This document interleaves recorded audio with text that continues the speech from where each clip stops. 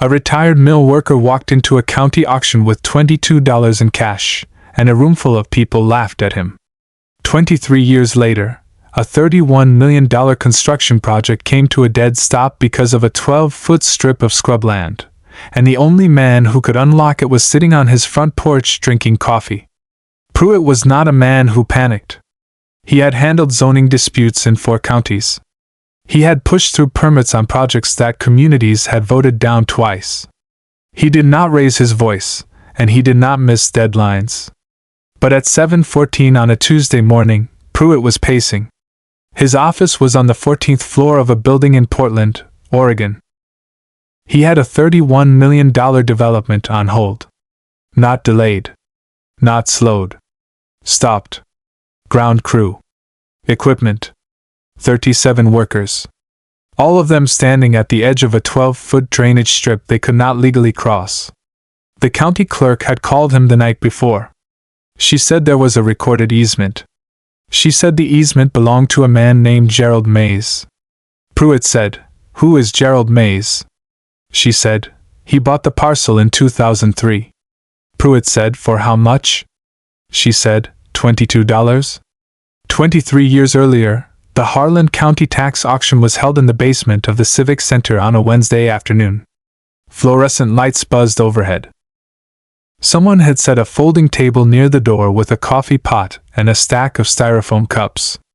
4 people filled cups and did not sit down. 43 people were in the room.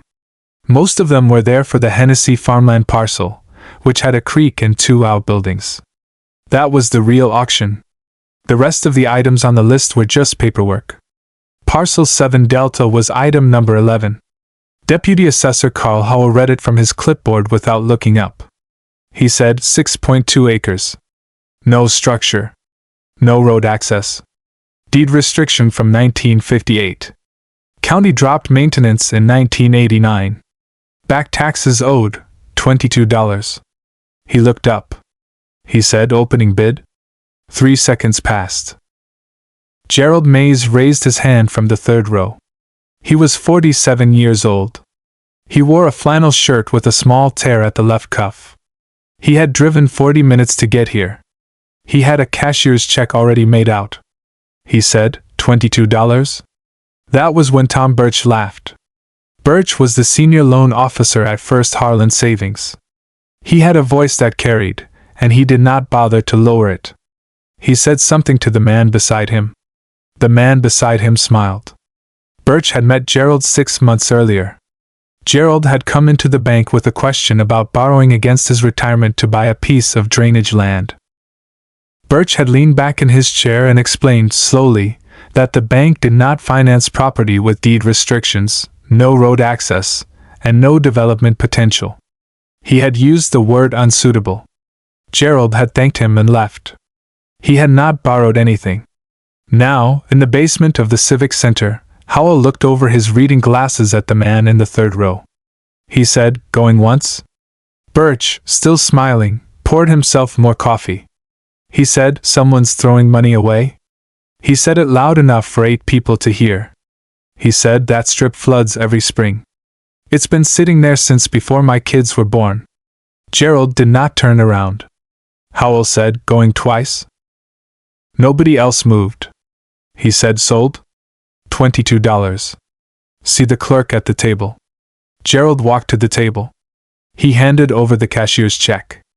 The clerk, a young woman named Patty, stamped the receipt, tore it from the pad, and handed it across the table.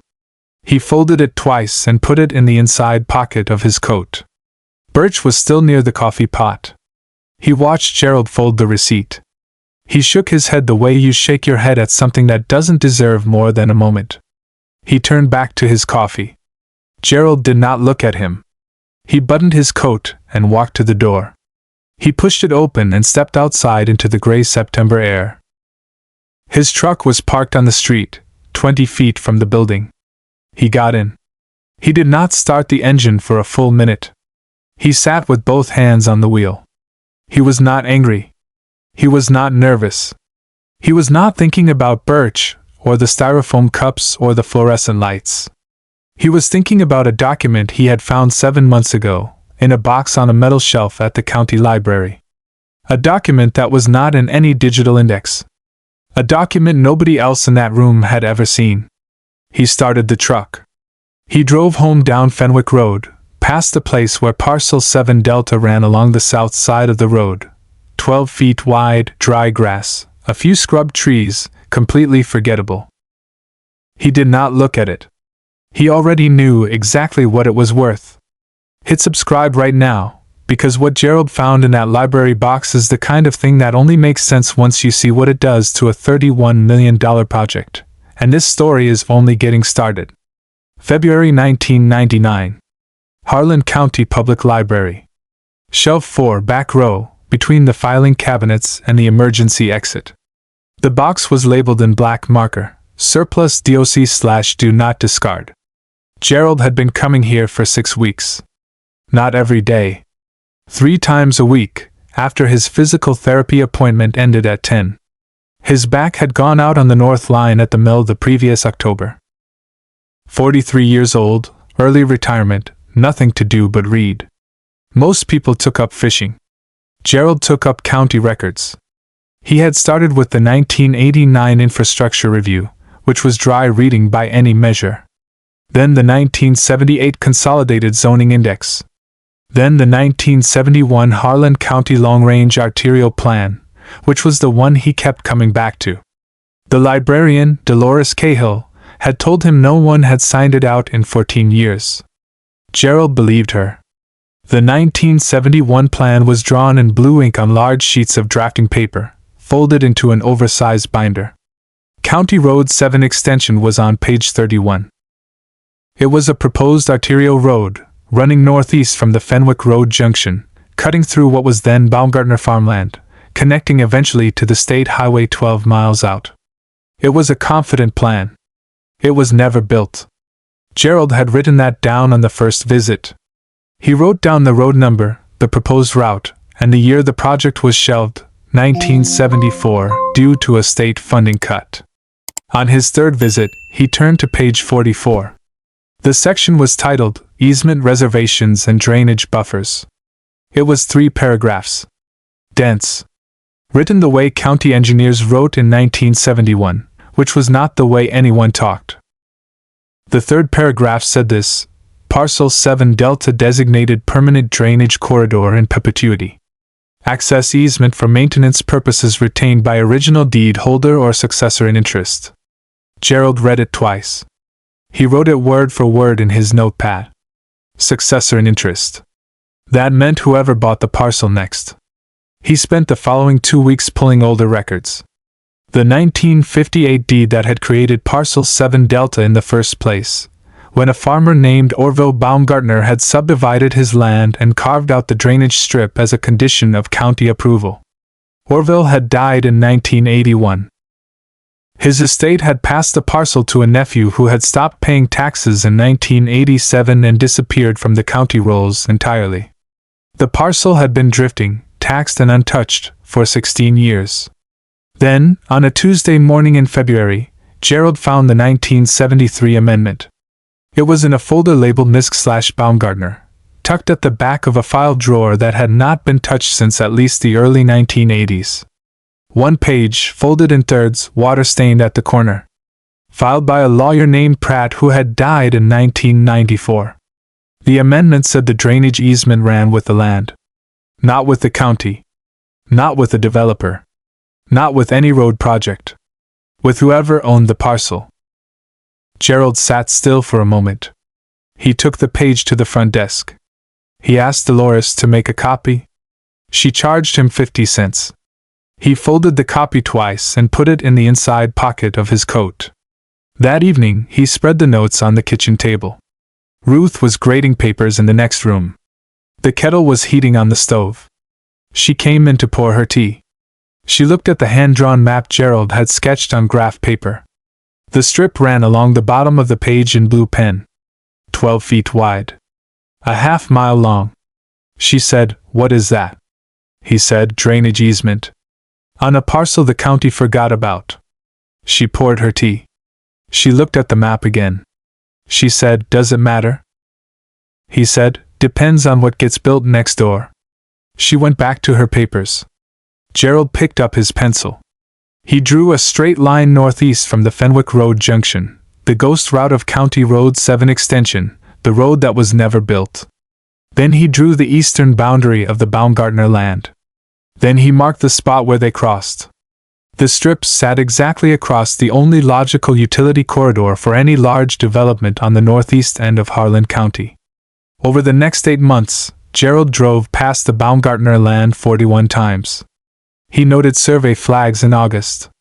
Fresh tire tracks in September. A second set of flags in October, wider apart. 3 different trucks with magnetic signs on the doors, 2 of them registered to an LLC out of Portland. He wrote the dates in his notebook. The one Ruth had given him for their anniversary, brown cover, lined pages. By the following spring, he had tracked 5 separate land purchases along the northeast corridor. 11 parcels total. 280 acres combined. All of them assembling around the one gap nobody had filled. Gerald closed the notebook. He looked at the hand-drawn map. The 12-foot strip was the only crossing point between the assembled parcels and the county utility main. No developer could run pipe, power, or storm drainage to a 280-acre project without crossing it. Not legally. Not without Gerald Mays. A knock at the door. 9:15 on a Saturday morning. Gerald set down his coffee cup before he answered. The man on the porch was young, early 30s, press jacket, laminated business card already extended. He introduced himself as an acquisitions agent for a Portland land group. He smiled with the confidence of someone who had never been told no. He said, "We're consolidating parcels in your area. We've identified parcel 7 Delta as a potential acquisition." He named a figure. $4,000. He said it the way you say a number when you expect the other person to exhale. Gerald looked at the card. He said, "Not interested." The agent said, "Mr. Mays, that land has no access and no development value. 4,000 is above market."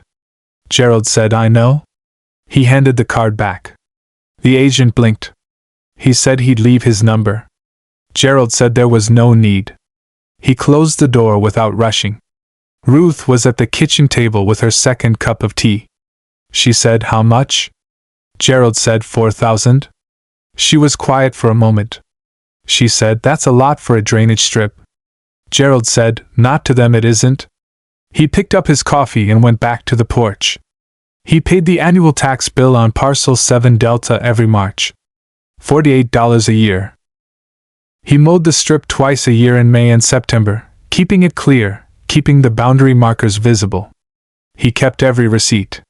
Every single one. The second offer came by phone in the spring of 2014. A man named Brandt from the Harlan County Assessor's Office. Official voice. He explained that the county was reviewing legacy parcels for potential consolidation under ORS Chapter 275. He said Gerald's parcel had come up in the review. He said fair market value had been assessed at $8,000. He said, "We'd like to discuss a clean transfer." Gerald said, "I don't want to transfer it." Brandt paused. He said the county process was designed to resolve long dormant parcels. Gerald said, "I pay the taxes every year. It's not dormant." Silence. Gerald thanked him and hung up. He opened his notebook and wrote, March 2014. County. $8,000. No. Ruth came in from the hallway. She had heard his side of the call. She sat down across from him at the kitchen table. She said, "They're pushing harder?" Gerald said, "Getting closer?" She folded her hands around her cup. She had trusted him on this for 15 years. She had never once asked him to explain the full picture. She had seen the map. She had read the amendment. She had done the math herself, quietly, and then put it away and gone back to teaching 3rd grade. That was enough. Once, when their daughter Claire was 12, she had ridden with Gerald to mow the strip on a Saturday afternoon. She had watched him walk the boundary line before he started the mower, checking each corner marker the way a man checks something he intends to keep. She had asked, "Dad, Why do you take care of it so much? Nobody else cares about it. Gerald had said that's why. She had not understood then. She filed it away the way children file things, without context, without knowing when it would matter. Somewhere in a Portland office, 2019. Cascadia Development Group had pushed its groundbreaking date back twice. Their lead project attorney, a man named Pruitt, had flagged the drainage corridor issue to the board in a 3-page memo. The memo concluded that the easement was a title complication that should be resolved before permits were filed. The board had told him to resolve it. He had hired a real estate attorney named Larkin to handle the acquisition. She drove to Fenwick Road herself. She sat at Gerald's kitchen table with a folder, a business card, and a number she said out loud without writing it down. $200,000. She said, "We want to buy the parcel and close the title question permanently." Gerald said, "What title question?" She said, "Our attorneys believe the 1973 filing may be challengeable." Gerald said, "They're welcome to try." He did not open the folder. Ruth brought coffee. Larkin took a cup. She sat for another 4 minutes and did not change her offer, because she had expected to negotiate and Gerald had not moved at all, and that was a problem she had not been prepared for. She left the folder on the table. The three of them sat in the quiet. Larkin said she would be in touch. Gerald said all right. After her car turned out of the driveway, Ruth stood at the window and watched the road for a moment. She said, "That's the biggest number yet." Gerald said yes. She said, "You're still saying no?" He said yes. She picked up her cup and went back to the kitchen. She did not say another word about it. Neither did he. That fall, Pruitt got a new memo from Cascadia's legal team. The easement was valid. The 1973 filing was properly recorded in the county's paper archive. The digital index had missed it, but a paper miss was not a legal miss. The project could not proceed without access to the strip. 3 options remained: buy it, challenge it, or wait. Larkin had said Gerald wouldn't sell. The legal challenge was a long shot and they knew it. Which left one option. On a Tuesday morning in October 2022, Gerald's phone rang. He was in the kitchen. Ruth had already left for her morning walk. He looked at the number on the screen. Portland area code. No contact name. He looked at it for 3 full seconds. Then he picked it up. Pruitt's voice was smooth and practiced. But he started the call with a number, which meant he was already negotiating before he had said good morning. He said, "Mr. Mays, we'd like to offer you $350,000 for a permanent easement across parcel 7 Delta. That is our final figure, and we believe it reflects full and fair value." Gerald said, "I'll have my daughter call you." He hung up before Pruitt said another word. Claire Mays Webb had driven down from Portland that weekend. She was 36 years old. She had a property law degree from the University of Oregon and a calm voice that reminded people of her father in a way they couldn't quite name. She spread the permit file across the kitchen table on Saturday morning, Cascadia's full development application, pulled from the public record, 217 pages. Next to it she placed Gerald's original deed. The 1973 amendment, photocopied at 50 cents in 1999. The notebook, brown cover, every offer written in blue pen, every tax receipt folded and slipped between the pages. She read in silence for 22 minutes. Then she looked up. She said, "Dad? Did you ever record your ownership with the updated index?" He said, "County never asked me to." She said, "They filed a suit last week? Abandonment claim. They're arguing no valid chain of title in the digital index."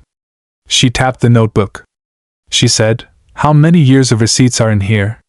He said, "Every one? Since 2003.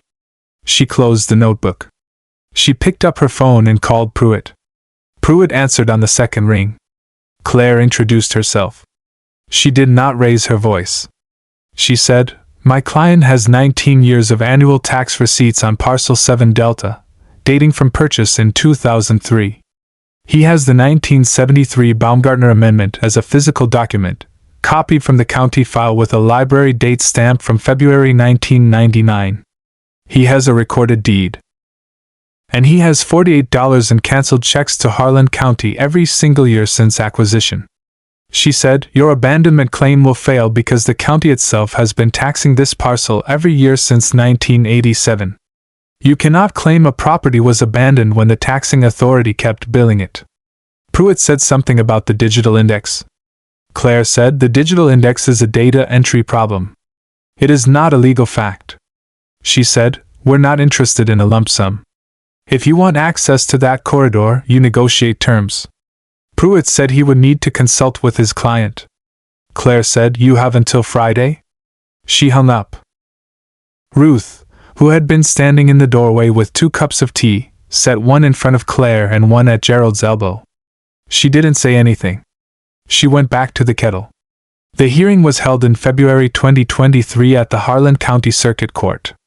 Cascadia's abandonment claim rested on 3 arguments. The digital index gap. The absence of any structure or improvement. The gap in named ownership between 1987 and 2003. Claire placed 3 documents on the table.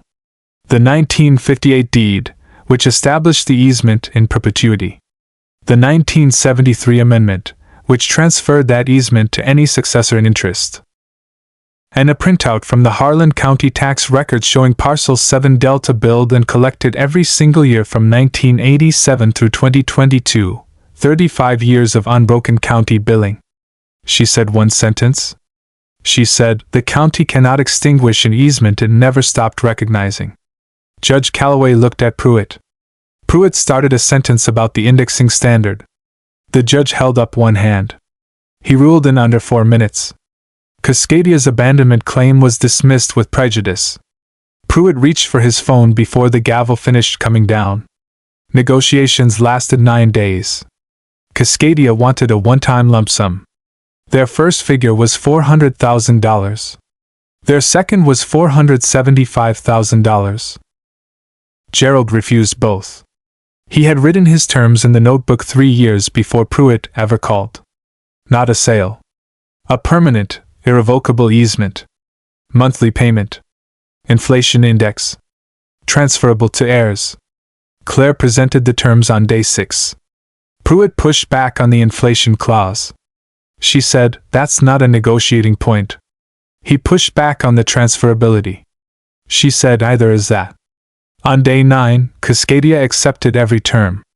$1,400 per month. Indexed to CPI. Binding on all successors to the Cascadia Corridor project, estimated through 2057. Claire called Gerald on a Wednesday afternoon. She said, "They signed?" He said, "Good. Thank you." He set the phone on the counter. Ruth was at the stove. She didn't turn around. She just put the kettle on.